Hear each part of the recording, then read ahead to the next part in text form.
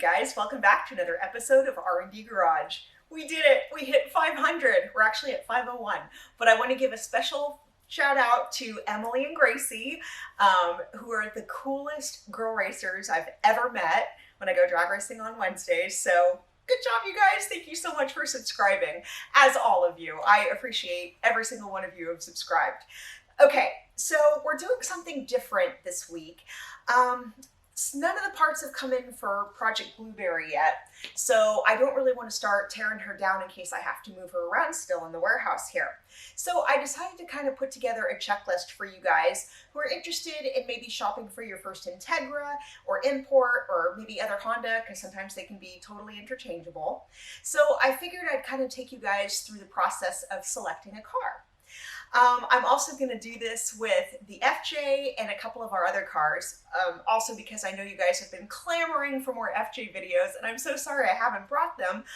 Nothing really needs to be done on her right now, but we'll see. I'll take her wheeling and maybe I'll break something and then I'll have to replace something, so we'll go from there. But anyway, sit back, relax, get out your phone to take notes, and I will take you through the checklist. So when you're shopping for a tuner car, such as an Integra or Civic or, what have you, the first thing you want to do is try to find a car that hasn't been modified or has been barely modified. This, these days, is super difficult, I know, but the closest you can find a car to stock, the better it's probably going to run for you in the long run, and it has probably been a little bit better maintained. When you're searching through Facebook Marketplace or you see an ad on Craigslist, it sounds kind of weird, but the first thing you want to do is do a little bit of research on the owner or look at their past listings, especially if the ad says never been modified. Because I can't tell you how many times I've looked at ads, been like, oh sweet, the car's totally stock. Look at their previous listings or their other listings and see like a used turbo kit, intake, manifold, what have you, exhaust. So yeah, don't believe, well, it's like the saying, don't believe everything you read. Okay, so generally speaking, I'm a little gun shy on buying a salvage titled car. Obviously, if it's salvage, something catastrophic happened to it. Maybe it was a theft recovery, maybe it got munched somehow, but I always feel like they're not totally safe. Plus the resale value on them, it's just gonna be crap, basically. Another thing to look for, if you find a car like an Integra that's had its motor swapped, I would also be a little bit wary because first of all, the GSR motors aren't really swapped out of the GSRs all that much unless maybe the motor blew or something bad happened again. And also it can be really hard to smog those, especially in California if they haven't been barred and reffed. Like the GSR motor in my Civic, that was all properly done, has all the paperwork to it, and smogging hasn't been an issue. So if you're looking for a car, you see all those little, red flags, again, just be a little wary. If you're planning on doing like a demolition derby car, hey, go for the salvage title. It doesn't really matter in that case. But if you're going to be using it as a daily, just, keep those common kind of like tips in mind. So one last thing before we actually start digging into the details of the car. A good thing to do is always check the Carfax. Now, it's not like the ultimate god of, what the car has been through, but it gives you a really good insight and a good deal of the history about the car. If it's had any accidents, if it's always had its oil changes, if it's been maintained. So as a good rule of thumb, I always definitely suggest checking the Carfax. So you've done your homework, you looked over the Carfax, and it looks good, but there seems to be some things missing. So go ahead, make an appointment to see the car, and ask lots of questions. Try to piss off the former owner. No, I'm kidding. But not kidding in the asking questions part. You want to make sure that all the major services have been done. You want to make sure that it's had its oil changes. If they have, ask if they have receipts. Usually most of the time, these import owners will keep folders with everything in there. And if this person does, that's awesome. But if they don't, I would still be a little wary about the car, especially if they go, oh yeah, me and my buddy changed the oil in the backyard. That's not what I like hearing personally. So I would probably walk away. But yeah, so it's just certain things to consider. And also when you're here, Bring along a couple towels and all that. If they said, yes, we've just changed the oil, but I don't have a receipt, go ahead, whip out that dipstick, see what color the oil is. If it's black or if it's low, then you know right away they're lying, and they may be lying about other aspects of the car. So something to consider. So the first thing you're going to do when you get there is start with the outside of the car. Has it been banged up? Has it been in a couple different wrecks? Door dings and maybe tiny dents aren't necessarily a deal breaker, but if it looks like a lot of panels have gotten replaced and they haven't really been reported to Carfax, I'd be a little bit wary. So besides that, I again look around the car. Is it super clean? Did it look like it just got a fresh polish because maybe they're trying to hide something? That's another thing to look for. Feel the hood when you first get there. If the engine is warm, that also may be a telltale sign that maybe it doesn't start up when it's cold right away. Look under the car. See if the underside of the front bumper is all mashed in, maybe from taking speed bumps a little too quick or perhaps a curb. You never know. Again, if the outside of the car isn't completely clean, but you look underneath the car and there's a whole bunch of undercoat and it looks like you can eat off of it, that's not a good sign either. That definitely trying to hide something and is a huge red flag. So watch out for that. As far as maybe spots needing paint, I would check for Bondo. Again, if it wasn't on the Carfax, like it's been in an accident and it looks like there's paint flaking off, yeah, there's enough cars out there where don't fall in love with the first car you see. This was a hard lesson for me to learn because I would fall in love with every single used car out there and want to take them home, kind of like a shelter. But definitely know that the right car out there is out there for you, and maybe this isn't the one. So we were lucky when we met up with the young owner who had this, who was second owner. We had a fairly nice long conversation with him. Obviously, when you first meet the person, you don't want to just dive in and start grilling them right away. So he was very forthcoming with us. He said he didn't have enough money to fully modify it as he wanted to, and he didn't want to do the eBay route, which thank goodness. So the only thing he did here was basically an aftermarket DC Sports header, and he was awesome enough to put the Carb Legal sticker on that completely matches the part he put on. This, oh my gosh, is kind of a godsend because when you're going to smog it, if they don't see the sticker, they right away assume that it's illegal and you could fail smog. So that could be a huge issue. Another good thing was he included the OEM header as well in with the purchase. So it was like, yes, so we could actually put it 100% back to smog if we wanted to. So really, really cool. But yeah, when you're looking around down here, even if it looks completely stock, there's always signs that maybe it was modified at some point. Like especially if you see aftermarket cables, maybe kind of zip tied up in a corner, maybe it was for an aftermarket stereo, something more, something to look out for. Yeah, there can be various parts that maybe don't look quite right in here, but they're calling it stock. So again, do your homework and you'll know exactly what you're looking at. So as far as looking for crash damage, what you want to look for is when you lift the hood, look for all the VIN stickers. Super important. There should be one on every single panel around here. And that one doesn't happen to have one right there because it was replaced with a non-OEM fender. So even if it has been replaced, make sure the last four of the VIN match, because that is also a good hint if they're saying, oh no, it's never been in a crash. Well, why doesn't the VIN match up? So look for that. Okay, so the next thing I'm going to talk about is fluids. Check the fluids. So like the brake fluid over here, you can see is dark and about halfway down. And so I know that definitely needs changing. Let's see, the clutch, that's also a good idea to check the clutch fluid. You want to check, let's see, the coolant. You basically want to check everything. You can kind of like dip your finger in, see what color it is, and that's what you have the little paper towel for. So that actually isn't too bad. It's still kind of amber. So it's a little dirty, but it's not terrible, like I was saying. Obviously check the oil, and then you can check the coolant. And over here, Honda coolant is usually bright blue. So there we go.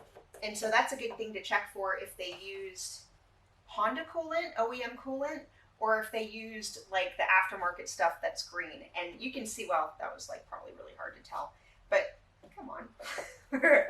So, dip in. Boop. Okay, well that's not working for me, but you'll take my word for it. It is blue, and it is Honda OEM. Sometimes these things happen. Okay, but like I said, we're definitely going to be changing the fluids in these anyway, but it also gives you an idea of how well maintained the car actually is. So now you're ready to go for a test drive. So the first thing you want to do is see if the person is actually going to let you drive the car. It's definitely a major red flag if they say, no, I'm actually going to drive and you can sit in the passenger seat, because then you're like, well, what exactly are you hiding and why can't I drive this used car? So, okay, first thing you're going to do when you're actually allowed to drive the car is turn it to the first click. Make sure all the windows go down, the sunroof works, and then put them all the way back up. Again, or also listen to the radio for a second, see if all the speakers work, and then turn that radio off. You don't want it on during your full test drive because it's such an old salesman tactic to get you distracted by the radio so that you don't hear or see anything else that's going on.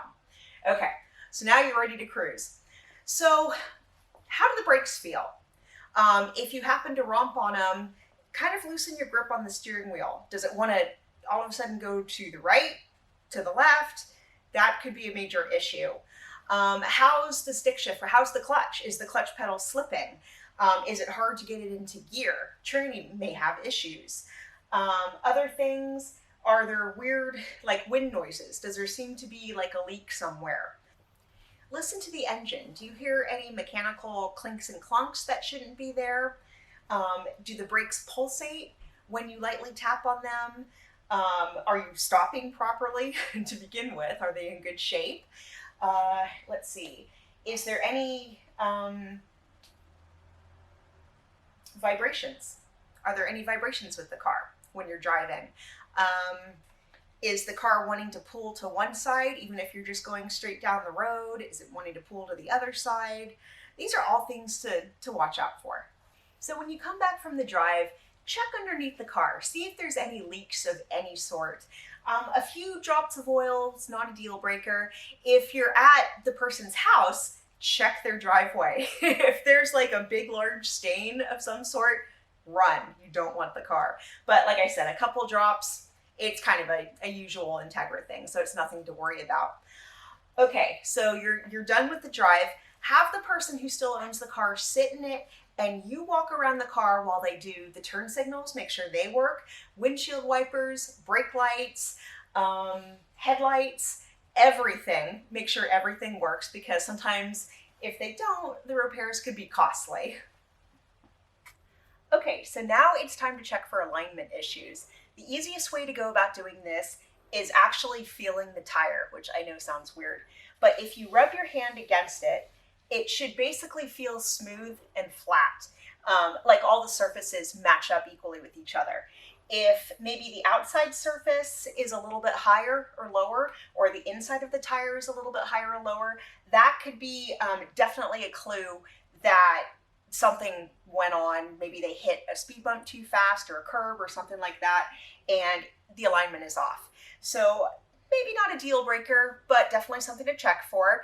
And again, even if the front tires feel totally perfect and nice and flat, check the rear ones, because maybe they may have rotated it back there. So definitely check all 4 tires. So now that you've checked all 4 tires, go ahead and check all 4 brakes. So we're looking at the pads here, and these are still nice and thick, which is good. If they're worn all the way down to the rotor, obviously you're going to need new brakes, and it also makes me wonder how much they actually maintain the rest of the vehicle. You're also going to want to look at the rotor itself. If the car is off and it's nice and cool, go ahead and stick your hand in there and just kind of rub it to see if there's any deep ridges or grooves or anything like that, because that can be a red flag. So everything I've talked about so far are all kind of general rules of thumb to use when you're shopping for a car, not just an Integra. Um, Also, it's really, really important on whatever car you look at. If you look at it and it's going to need almost everything to be maintained or redone, basically, it could exceed the value of the car, and you may want to just try to find another one. Because, you know, unless it's been your dream car for years and years, it's not going to be worth it. Also, though, if just a couple things you notice are a little bit off, but you still want the car and it's definitely doable, these can be used as bargaining chips. Like, let's say the tires are junk. Okay, we're going to have to knock off at least a couple $100 for that. Let's say it hasn't had a major service done. Yeah, we're going to have to knock off at least $400 for that. So there's always ways around if you want the car bad enough and don't quite want to pay how much the seller is asking. So, all good points. So now we're going to concentrate on only Integra / Honda Acura specific things to watch for. First of all, headlights. So you'll notice these are a little bit faded. You want to make sure that the car hasn't been parked in the sun maybe its entire life, out in the elements all the time, because as you notice, as these are fogged, like I just said, this can be hard to bring back to life. And if you can find a part kind of off to the side and kind of scrape it with your fingernail, see how much schmutz comes off. If it's totally kind of a little bit crumbly, chalk feeling, you won't be able to bring them back to life, and you're probably going to need a new set of headlights, and I believe that runs about $250 possibly per side on these, so watch out for that. So since these aren't that bad, I'm just going to purchase a polishing kit and do it myself. You'll need to throw in a lot of elbow grease. It's kind of time consuming, but in the long run, they're going to look shiny and pretty again. But yeah, if it's a little bit more than that, then you're definitely going to need to buy new lenses. What you also want to look for is fit, especially with the front fender and the bumper. See, this is perfect because it's never been taken off. The front bumper is still good. This fender is still good. Now, if you come over to the other side, you'll remember this is where the lady backed it into pretty much everything. And so this is not an OEM bumper. So you can see the fit is not that great, and which is one of the reasons why I'm going to be looking for an OEM front fender again. So this is basically an issue for the later models of the Integras. So on the hatch here, you'll notice there's a motor, and you can still hear it, which means it works, which is great, but unfortunately it's not doing its job, because when you push this back, it's supposed to actually unlock the hatch and then you can open it. But with this, it takes a lot of finagling. It's basically broken, so it's going to be a fix. Okay, so another thing to watch out for. You see the rain path right here? That's where basically when it rains, all the water pours down there if the car is parked outside or when you're driving. And right now, or when the car is brand new, there's a gasket behind the tail lens, and so water shouldn't be getting into there or into the trunk. But once the car is older, like this one, you know, it's like more than 20 years old, you got to be careful, because the gasket, if it wasn't changed, it can shrink, thus allowing water to actually enter the tail lens. And so see if it's foggy, because that can be a sign. Also check in the trunk.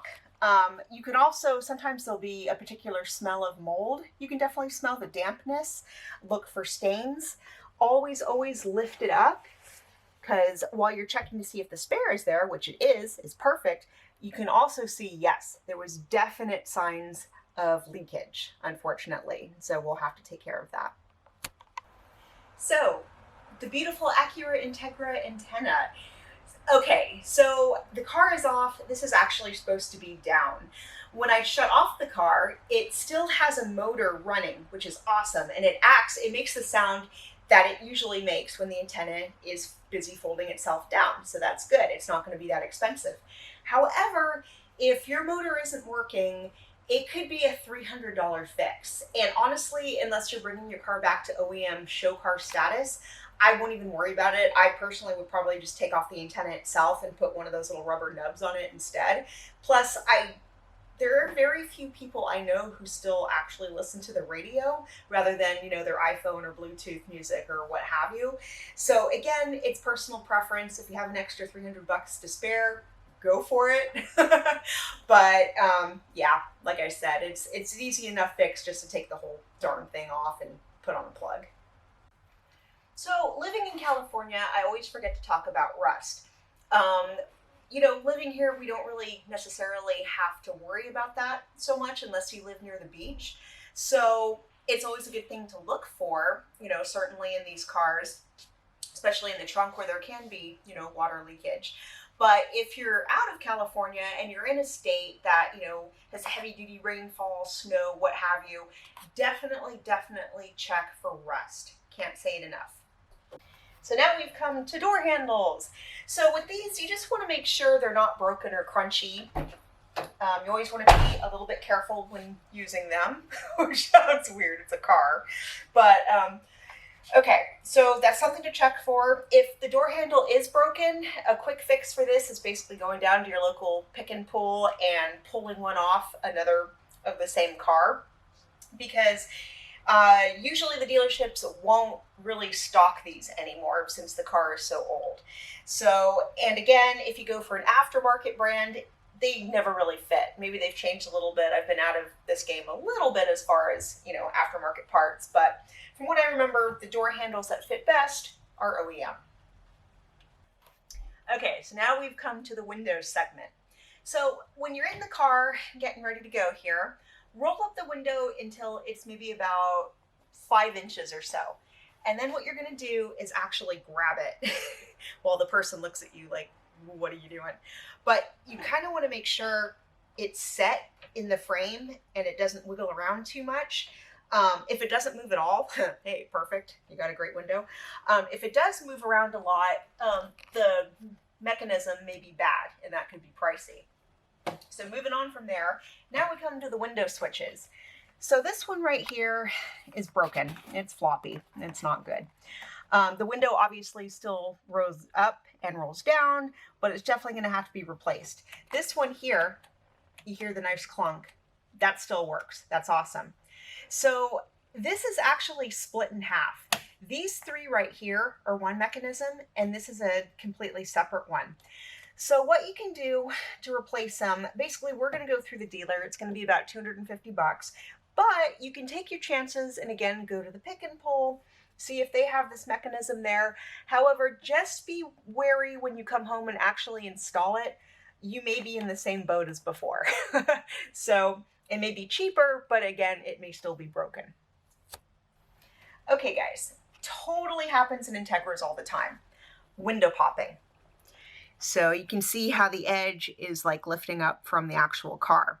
So this isn't good. And unfortunately, this weather stripping is connected to the window. So if you want to do it properly, you got to get a glass guy out to replace both. However, since this glass is fairly nice, what you can do is actually just put a bunch of adhesive behind the strip and then press it down until it's fully dried. And I don't mean you're going to stand here for the next 5 hours. If you can, maybe find a broomstick, place one end against the wall, other end tied against this until it's perfectly dry. So that's another solution. So you want to know about oil leaks. Well, guess what? Older B series always leak. So it's not a deal breaker. Obviously, if it's gushing out buckets, you don't want the car. But if there's just a little bit of leakage around the cam plug and the oil pan gasket is weeping a little bit, it's nothing to worry about. Obviously, you're going to want to change the oil pan gasket at some point. You want to go with the best gasket you can find. I wouldn't even really recommend Honda in this case. I'd recommend Felpro, which is really good brand to use. You also want to check out the oil pan to make sure that it wasn't used as a jack point, it wasn't crushed at some point. Unfortunately, this one was used as a jack point at some point, which it happens, but again, always good to look for. Okay guys, so I feel like I've crammed enough info into your heads for one day, and this video is probably getting a little bit long. So I'm going to cut it off right here and get back to you later in the week with a part 2. But at any rate, I want to thank all of you for watching, for subscribing, for commenting. Your comments have been out of this world, and I always get super excited when I see a new one. And I'm so appreciative of you guys, and I'm so glad you're liking this channel as much as I'm enjoying making the videos. So again, thanks for stopping by, thanks for watching my videos, and I'm gonna come back with part 2 right away.